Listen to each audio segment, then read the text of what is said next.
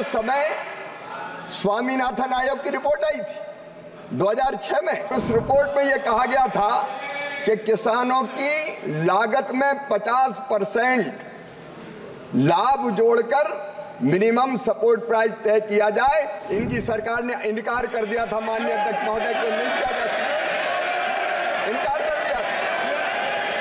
मेरे पास दस्तावेज है माननीय अध्यक्ष महोदय, ये कैबिनेट नोट जो मैंने राज्यसभा के पटल पर रखा था, इनने माननीय अध्यक्ष महोदय साफ इनकार किया। इनके मंत्री कांतिलाल भूरिया थे। कैबिनेट नोट भी टेबल कर रहा हूं माननीय अध्यक्ष, जिसमें इन्होंने किसान के पीठ में छुरा घोंपते हुए कहा था 50% लाभ देकर कीमत निर्धारित नहीं की जा सकती। यह हाथी के दांत जो खाने के और है और दिखाने के और है। नरेंद्र मोदी जी के नेतृत्व में कई गुना, माननीय अध्यक्ष महोदय, कई गुना एमएसपी के दामों को बढ़ाया गया है। एमएसपी की लीगल गारंटी को लेकर और जो 3 कृषि कानून आए थे उनकी वापसी को लेकर एक बड़ा आंदोलन हरियाणा, पंजाब में हुआ था।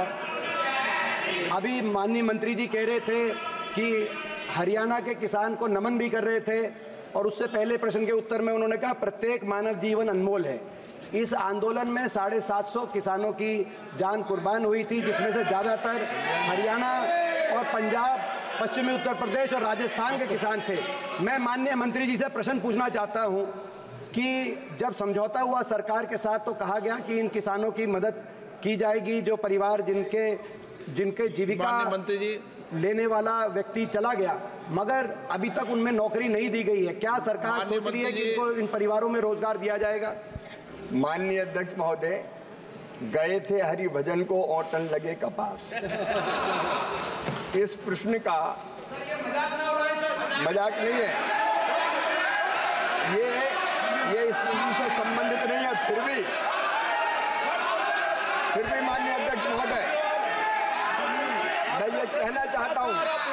माननीय मंत्री जी जवाब दे रहे हैं। माननीय अध्यक्ष महोदय, मैं दृढ़ता के साथ कहना चाहता हूं, किसान कल्याण के लिए सरकार पूरी तरह से प्रतिबद्ध है, पूरी तरह से प्रतिबद्ध। और जहां तक आप बात कर रहे हैं किसान के कल्याण की, ये प्रधानमंत्री नरेंद्र मोदी जी के नेतृत्व की सरकार है। माननीय अध्यक्ष महोदय, आपके समय स्वामीनाथन आयोग की रिपोर्ट आई थी 2006 में, और उस रिपोर्ट में यह कहा गया था कि किसानों की लागत में 50% लाभ जोड़कर मिनिमम सपोर्ट प्राइस तय किया जाए। इनकी सरकार ने इनकार कर दिया था माननीय अध्यक्ष महोदय कि नहीं किया जा सकता, इनकार कर दिया था। मेरे पास दस्तावेज है माननीय अध्यक्ष महोदय, ये कैबिनेट नोट जो मैंने राज्यसभा के पटल पर रखा था, इनने माननीय अध्यक्ष महोदय साफ इनकार किया। इनके मंत्री कांतिलाल भूरिया थे, उन्होंने कहा कि 50% मुनाफा जोड़कर नहीं दिया जा सकता। आदरणीय शरद पवार जी कृषि मंत्री थे, उन्होंने भी कहा कि नहीं दिया जा सकता। और माननीय अध्यक्ष महोदय थॉमस साहब ने भी कहा नहीं दिया जा सकता। ये कैबिनेट नोट इनकी सरकार का, जिसमें इन्होंने कहा था एमएसपी उत्पादन की भारित औसत लागत कम से कम 50% होना चाहिए। इनका 50% की वृद्धि निर्धारित करने से मंडी में विकृति आ जाएगी, और ये किसी कीमत पर नहीं दिया जा सकता। ये हाथी के दांत जो खाने के और है और दिखाने के और है।